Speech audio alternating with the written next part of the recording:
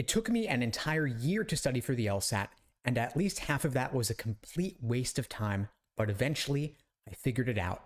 I brought my score from a cold diagnostic of a 152 to a 175 on LSAT test day, putting me in the 99th percentile of test takers.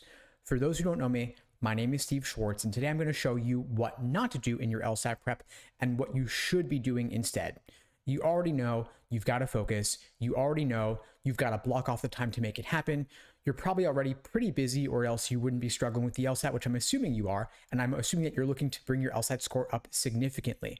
So today I'm going to share with you the framework we use for our students at LSAT Unplugged, where we create for you a personalized day-by-day study plan, laying out exactly what to do every single day over the course of your prep. And if you like what I share and you're interested in finding out more, you can check out the links below this video to book a call with me and my team. We'd be glad to help you out. So the LASER approach is my framework for crafting any student's LSAT study schedule. It's a 5-phase approach. LASER is an acronym standing for Learning, Accuracy, Sections, Exams, and Review. I'll go through each one in detail, but the bottom line is you want to build the foundation first before you fall into the trap of taking test after test after test. In contrast to the LASER approach, a lot of students fall into this endless cycle, rinse and repeat, of taking practice test after practice test. They're measuring their results, they're happy or sad about those results, and then they move on to the next. And that's what I did personally back when I was studying for the LSAT. It's what I spent at least 6 months doing, taking test after test. Back when I took the LSAT, there were roughly 45 released numbered prep tests at the time. Currently, there are 94 numbered exams in the format with logic games. For those taking the LSAT going forward without games, they've reduced it to 58 by slicing and dicing up the exams. That's a topic for another video. But the bottom line is that you don't want to burn through valuable practice material, especially if you're taking the LSAT in August or beyond, at which point there are only currently 58 exams in that new format, and you'd be surprised you can get through them pretty quickly if you are determined and focused. And so to avoid running the risk of wasting your time taking test after test without seeing improvement like I did, instead, I ultimately came to recognize that what I should have been doing all along was this LASER approach, building that foundation, then taking the practice tests only after I had already gone through the phases of this approach, starting with learning. In the first L phase, the learning phase of the LASER approach, you are taking the time to slow down and build that foundation. You are getting a proper understanding of each section and each question type. There are roughly 15 different types of logical reasoning questions, for example.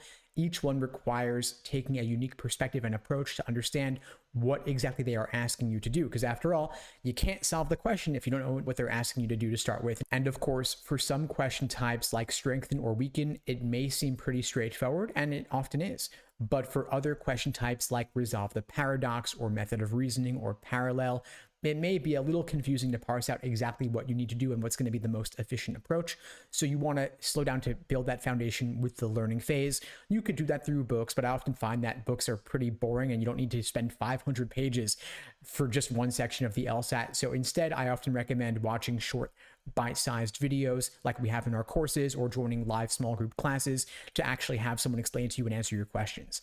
After the learning phase, you move on to the A in LASER for accuracy, where you are drilling questions by type to better understand the proper perspective in context, seeing the patterns in terms of what goes into solving a parallel reasoning question, or a method of reasoning, or strengthen or weaken, or flaw or necessary assumption, for example. You're building that skill in terms of consistently applying the proper approach for each of those types.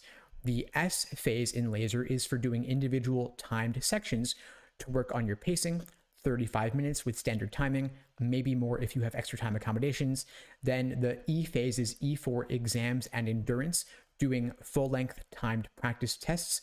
Ideally, you're going to do at least 10 of those before test day itself. Will feel like just another run-through. And finally, R for review. You want to make sure that you're taking the time to slow down and properly understand the tricks and traps that you are personally uniquely prone to falling for, so that you can avoid making the same mistakes again. At LSAT Unplugged, we have a process for this called the Socratic review method. We will show you personally in our one-on-one coaching services, and then we also walk through it in our live small group sessions. The Socratic review method framework is a template to help you systematically go through every element of the question. For example, in logical reasoning, the stimulus, the question stem and the answer choices to figure out what is off about your approach and what tools and techniques and drills and strategies could you apply to extract the key insight from that process so that you can avoid making the same mistake again, because of course the LSAT repeats itself over and over and over. And so you want a systematic approach to make sure that you're getting the full value out of every question you do, because of course every question that you get wrong or have difficulty with is an opportunity to learn more about what you're doing wrong and what you can correct for the next time around. If you'd like my help, feel free to reach out. Links below. In the meantime, I wish you all the best and take care.